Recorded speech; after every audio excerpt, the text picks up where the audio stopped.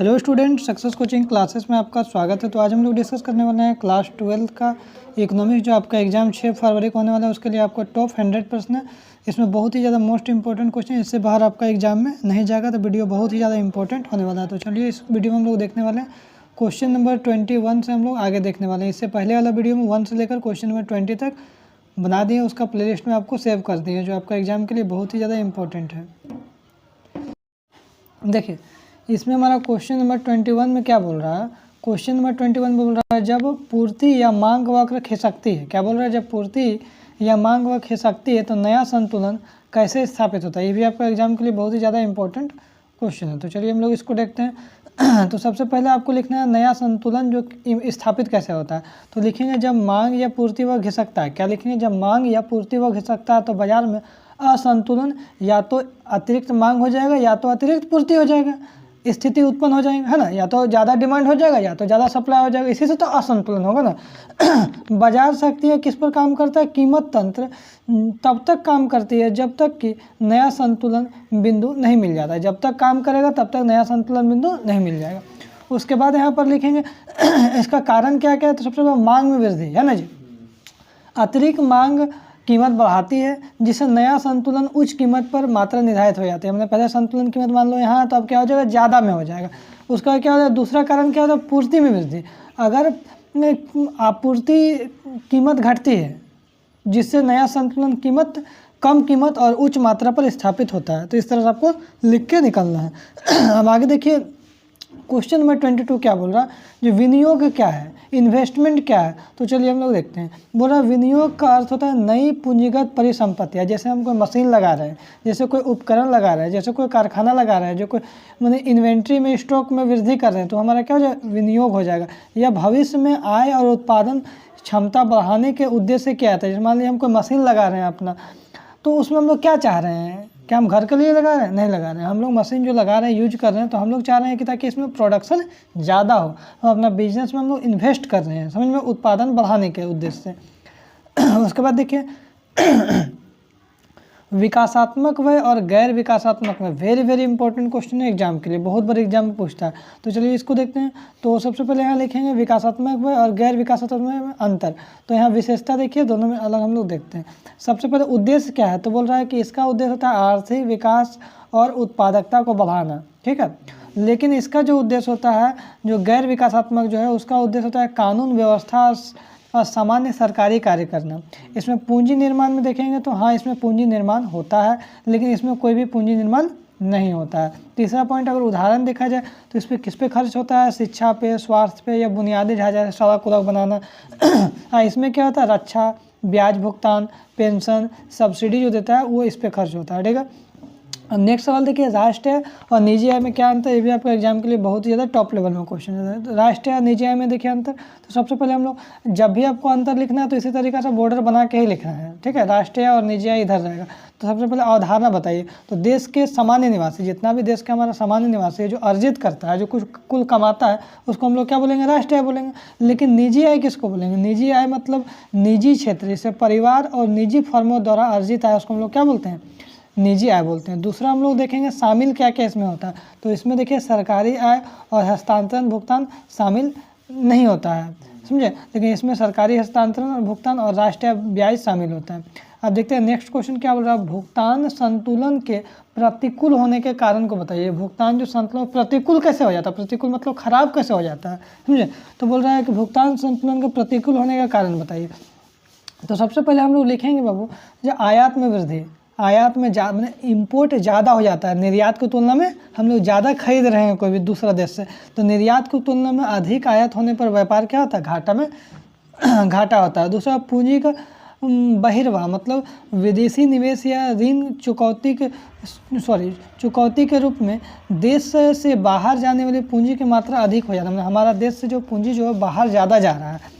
उसके बाद देखिए मुद्रास्फीति कारण है। मुद्रास्फीति क्या है? घरेलू स्तर पर उच्च कीमतें निर्यात को महंगा और आयात को सस्ता कर देता है, समझ में आ गया। उसके बाद विनिमय दर, यदि घरेलू मुद्रा का अधिक मूल्यांकन किया जाता है तो निर्यात जो है हतोत्साहित करता है। अब आगे देखते हैं नेक्स्ट सवाल क्या बोल रहा है। ये सवाल बहुत ही वेरी वेरी इंपॉर्टेंट है एग्जाम के लिए। ऐच्छिक बेरोजगारी और अनैच्छिक बेरोजगारी बहुत बड़े एग्जाम में पूछता है, देखिए इसको अच्छा समझिएगा। अब देखिए ऐच्छिक बेरोजगारी अनैच्छिक बेरोजगारी में अंतर। सबसे पहले ऐच्छिक बेरोजगारी देखते हैं। ऐच्छिक बेरोजगारी वह स्थिति है, ऐच्छिक बेरोजगारी जो वह स्थिति है जहाँ लोग प्रचलित मजदूरी पर, ये 10 में भी पढ़े होंगे है ना, ये सेम चीज।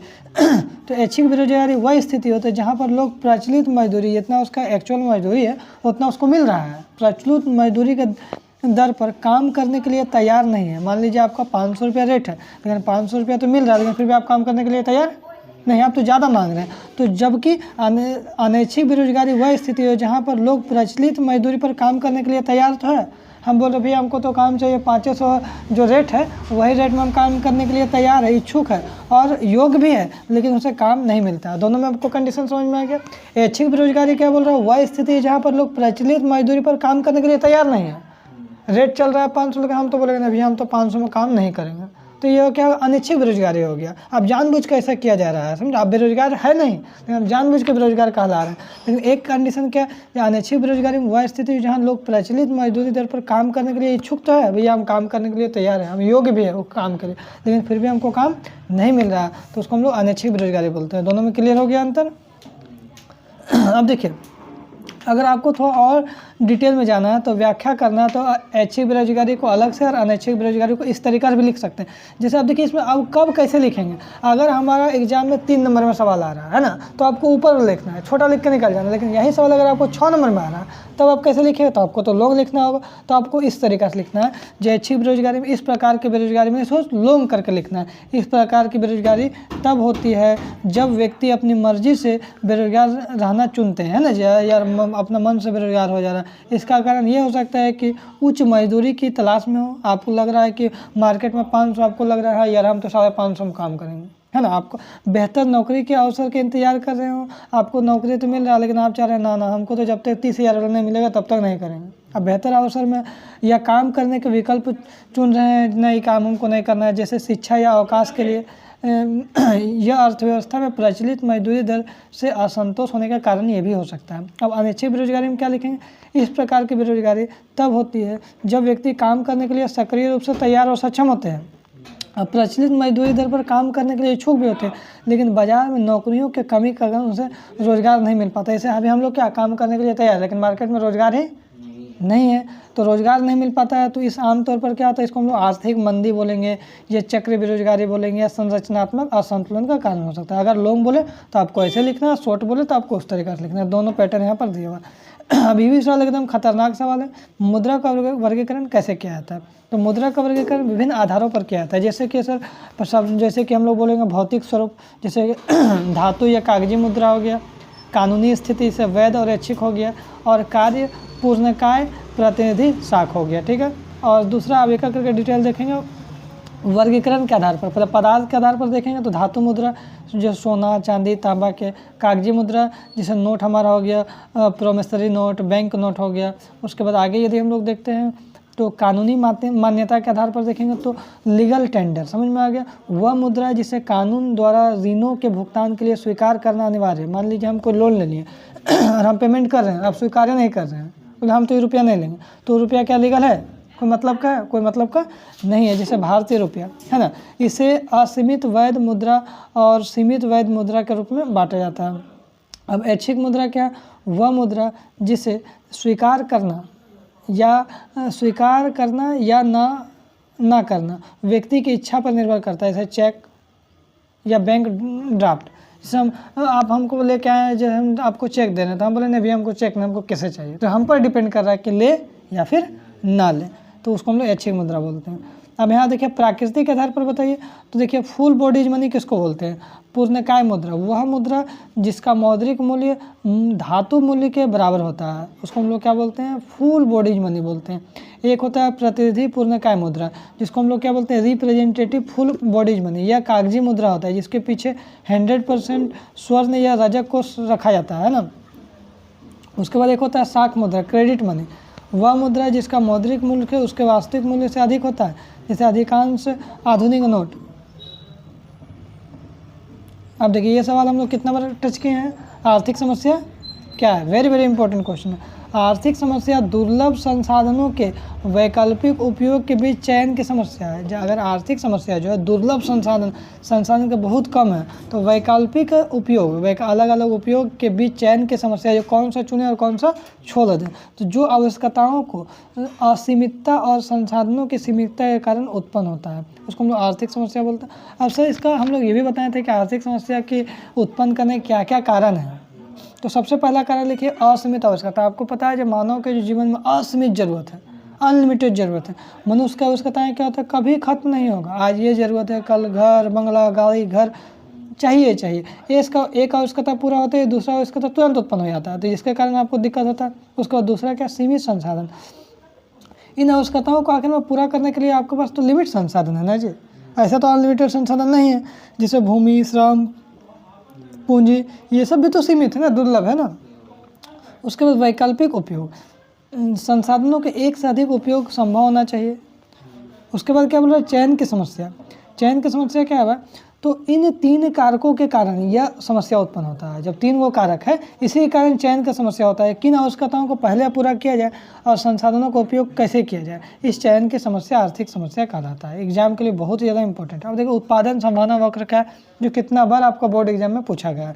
तो उत्पादन संभावना वक्र को हम लोग क्या बोलते हैं, प्रोडक्शन पॉसिबिलिटी कर्व, पीपीसी भी बोलते हैं। यह एक ग्राफ है, एक ऐसा ग्राफ है जो उपलब्ध संसाधनों और टेक्नोलॉजी के पूर्ण और कुशल उपयोग से 2 वस्तुओं के उत्पादन के विभिन्न संभावित संयोजनाओं को दर्शाता है। उसी को हम लोग, इसका मुख्य विषय देखिए, कभी कभी अगर आपको पूछे एग्जाम में जो उत्पादन संभावना वक्र क्या था, आपको इतना ही लिख के छोड़ देना, वो 3 नंबर में आएगा। लेकिन कभी कभी आपको एग्जाम में 6 नंबर में अगर पूछ दे जो उत्पादन संभावना वक्र क्या है, इसका विशेषता भी बताइए तो आपको इसे विशेषता भी लिख देना है। यह दर्शाता है कि एक वस्तु को उत्पादन को बढ़ाने से दूसरी वस्तु को उत्पादन कितना त्याग करना होगा। मतलब एक वस्तु को उत्पादन को बढ़ाइएगा, दूसरा वस्तु को कितना त्याग करना पड़ेगा। दूसरा बोल रहा है यह वक्र मूल बिंदु को और नतोदर होता है जो बढ़ती हुई सीमांत अवसर लागत को दर्शाता है। तीसरा पॉइंट क्या लिखेंगे, वक्र पर स्थित कोई भी बिंदु संसाधनों के पूर्ण उपयोग को दर्शाता है, जबकि वक्र के अंदर का बिंदु संसाधनों का अपूर्ण उपयोग को दर्शाता है। उसको देखिए 30 number question, very important question. अवसर लागत की परिभाषा दी। अवसर लागत क्या है सर, किसी वस्तु को उत्पादन में वृद्धि करने से त्यागी गई वस्तु की मात्रा को सर्वोत्तम वैकल्पिक उपयोग को मूल्य कहते हैं, अवसर लागत बोलते हैं। नेक्स्ट सवाल देखिए, इसका उदाहरण देखिए। अगर कभी कभी उदाहरण से आपको अच्छा समझ में आएगा। बोलो यदि एक किसान अपने खेत पर गेहूँ या चावल उगा रहा है, अगर हम कोई किसान है, हम गेहूँ या चावल उगा रहे हैं और वह गेहूँ उगाने का फैसला करता है, ना भी हमको तो फाइनली गेहूँ उगाना है, ठीक है। तो गेहूं उगाने के अवसर लागत उस चावल का मूल्य है जिसे उस खेत पर उगा सकता था लेकिन उसे त्याग करना पड़ा। मान लीजिए हमारे पर एक ही हो खेत है, हम क्या करें, दोनों उगा देगा। आपको तो चुनना पड़ेगा कि हम गेहूं उगाएं कि चावल उगाएं। तो हमको लगा भैया हमको सही लग रहा है गेहूं, तो एक को तो हमको त्याग करना पड़ेगा ना। दूसरा बात है कि वह मूल रूप से किसी विकल्प को चुनने की लागत है जिससे अगले सर्वोत्तम विकल्प के संदर्भ में माना जाता है, जो आगे हमको ये फायदा करेगा। अब देखिए मांग तालिका क्या है, वेरी इंपॉर्टेंट सवाल। मांग तालिका क्या है, डिमांड शेड्यूल। यह एक ऐसा सारणीबद्ध प्रस्तुति है जो किसी वस्तु की अलग अलग संभावित कीमतों में अलग अलग संभावित कीमतों पर उन कीमतों पर उपभोक्ता द्वारा मांगी गई मात्रा के बीच कार्यात्मक संबंध को मांग तालिका कहते हैं। सबसे अच्छा सिंपल तरीका समझिए जिसमें आपको क्या समझना। मांग तालिका क्या, देखिए अलग अलग व्यक्ति आता है तो अलग अलग रेट में हम उसको सामान देते हैं, है ना।